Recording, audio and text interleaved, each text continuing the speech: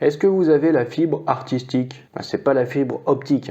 Je fais des jeux de mots, moi, par exemple. Est-ce que c'est de l'art? Peut-être. Chapeau l'artiste. Ou peut-être que vous êtes amateur d'art seulement, si vous n'êtes pas artiste vous-même. Dans ce cas-là, je vais vous parler d'un projet qui peut-être vous intéressera. Il s'agit d'Ark & Die, qui se veut être une maison de production 3.0 qui permet de financer des artistes à travers le monde dans différents domaines artistiques et de donner une exposition à ces artistes pour les faire connaître et en s'occupant de tous les aspects qui pourraient faire perdre du temps aux artistes et pour que les artistes puissent se concentrer vraiment, eux, sur leur art à 100%. Que tu sois un artiste ou pas, tu peux t'abonner à ma chaîne, liker ma vidéo, me suivre sur mes réseaux sociaux. J'investis dans les cryptos pour être riche dans le futur, faire de couilles dans le futal, ainsi soit-il, mon bitcoin et mon couteau. Je vais donc vous parler du projet Ark & Die, qui souhaite décentraliser le monde de l'art. Et Ark & Die souhaite en fait être une maison de production du Web 3.0, qui permet de financer des artistes à travers le monde et dans différents domaines artistiques. Que ce soit des livres, des films, des séries, des documentaires, de la peinture, de la sculpture, de la verrerie, toute forme d'art en fait. Et ils souhaitent permettre aux artistes de pouvoir se concentrer pleinement sur leur art, parce que souvent les artistes doivent aujourd'hui presque être en même temps des communicants, être leurs propres managers s'ils en ont pas. Ils doivent négocier avec des galeries d'art pour pouvoir exposer leurs peintures par exemple. Et en fait tout ça, ça permet pas aux artistes de se concentrer pleinement à 100% sur leur art. Et le but de ce projet, c'est faire toutes ces choses-là à la place des artistes, les financer, communiquer pour eux et faire en sorte qu'ils aient de l'exposition. Et d'où le nom du projet, Ark & Die, l'art peut mourir. Et ce projet, le but, c'est de sauver l'art en permettant aux artistes de ne pas se disperser et de se concentrer vraiment sur ce qu'ils doivent faire, quoi. Et actuellement, il y a une vente publique du token, le DIE, DIE.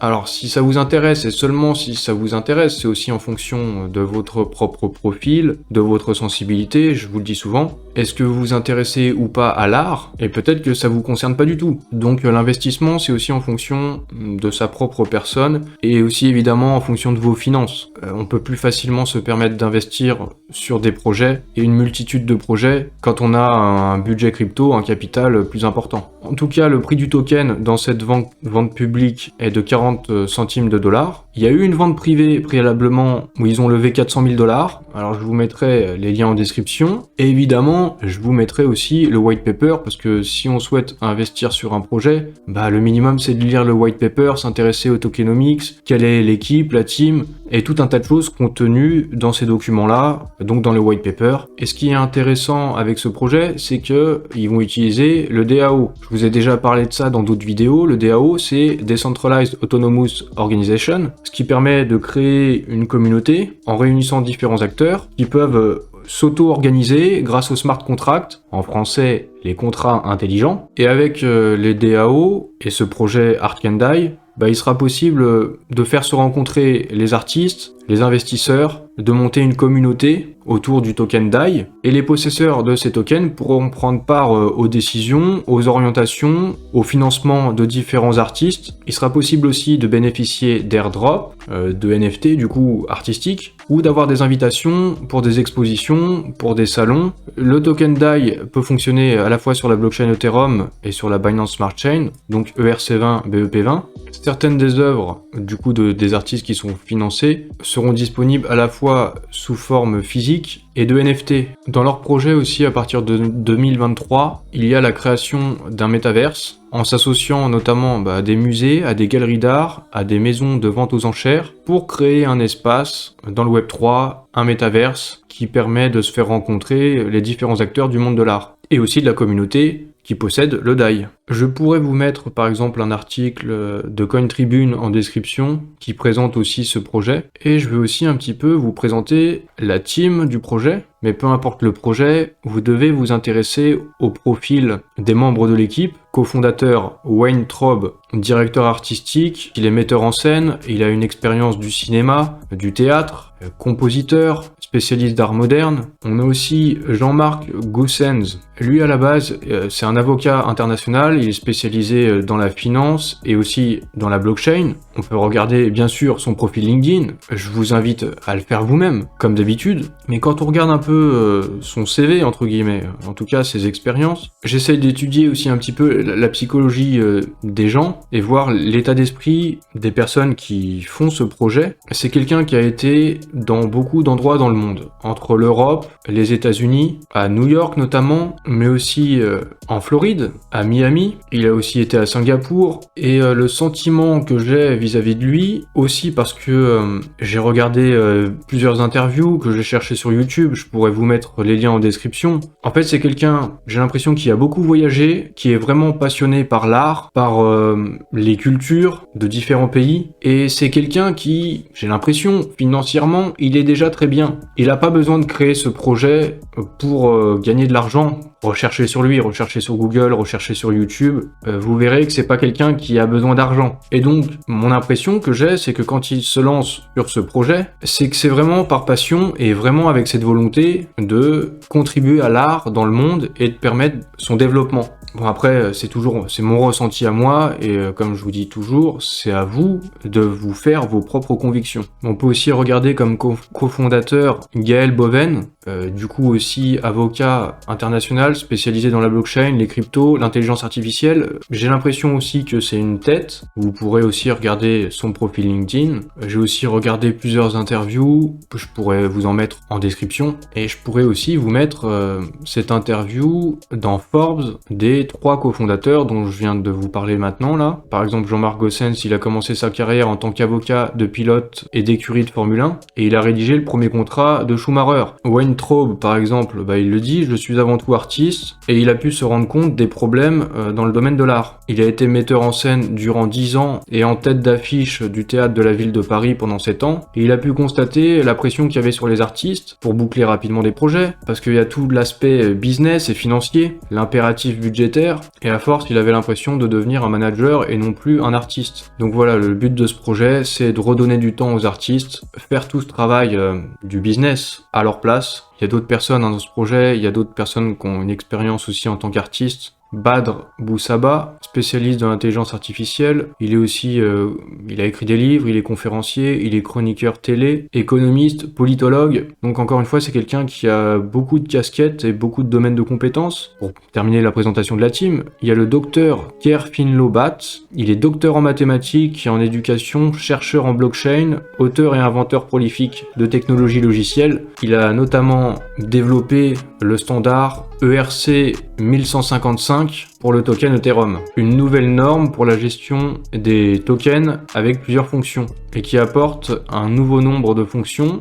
Donc il a contribué quand même à l'amélioration des tokens ERC20. C'est quand même quelqu'un a priori de très compétent. Alors, je vais vous présenter quelques projets artistiques qui sont financés par le projet Arkandai, comme par exemple cette artiste thaïlandaise, Fana Past, et qui est assez connue dans le monde de l'art en Thaïlande, qui se développe en Asie mais qui est pas très connue en Occident. Et le projet Arkandai, du coup, son travail, c'est de lui donner une exposition. Donc voilà ce qu'elle fait par exemple. Elle est apparue dans des magazines de mode comme Elle, dans Vogue ou L'Officiel, et elle a collaboré avec des marques internationales. Je ne connais pas Bang Olufsen, Nescafé par contre je connais, ou aussi avec la maison Gucci. Et grâce au projet Arkandai, elle a pu être exposée sur Times Square et sur des panneaux publicitaires dans New York, comme là vous pouvez le voir dans cette vidéo. Donc ça permet de donner de l'exposition. Ça permet ensuite d'être exposé dans des galeries d'art. Comme autre projet, c'est un projet encore dans un autre domaine. Il s'agit de Director Jack. C'est un créateur intergalactique qui semble opérer depuis son vaisseau spatial,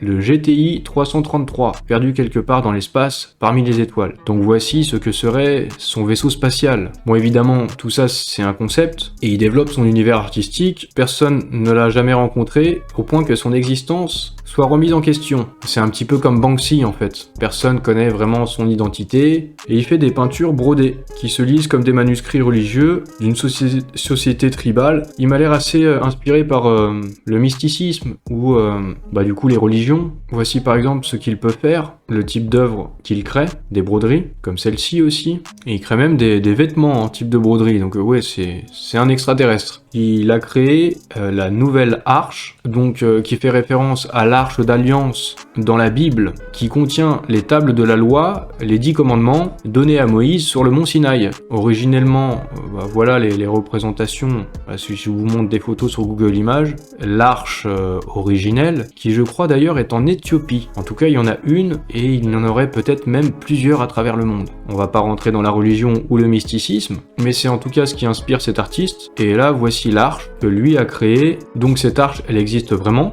physiquement. The New Ark, donc la nouvelle arche, représente les 10 principes unificateurs de l'univers et joue une symphonie de notes de musique et de lumière composées par ses visiteurs en ligne, partageant un message d'unité. Donc les 10 principes, ça fait référence aux 10 commandements. Mais il y a aussi d'autres projets, comme par exemple un documentaire qui montre l'ascension de l'Everest et qui montre aussi surtout que l'Everest serait peut-être devenu une poubelle suite à l'installation d'un incinérateur. Et on voit un peu ce que c'est devenu.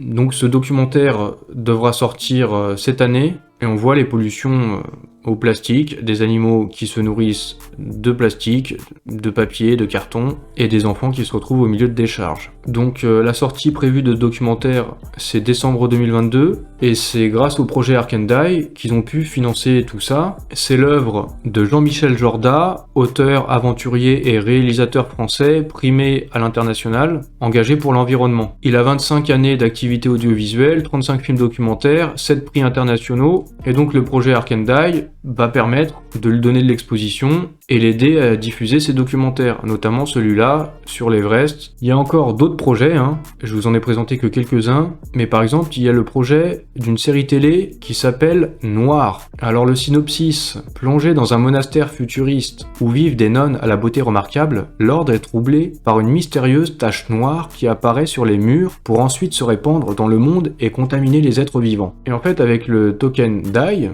les utilisateurs auront en fonction de leur volume de stacking l'avantage exclusif d'être tenus informés de l'évolution du projet. Il sera même possible d'avoir son nom dans le générique. En tant qu'investisseur, vous aurez le privilège d'assister aux projections de la série en avant-première, de rencontrer du coup les acteurs, les créateurs. Ark and Die a investi dans cette série prometteuse et a l'intention de la diffuser sur de grandes plateformes de streaming comme Netflix et HBO.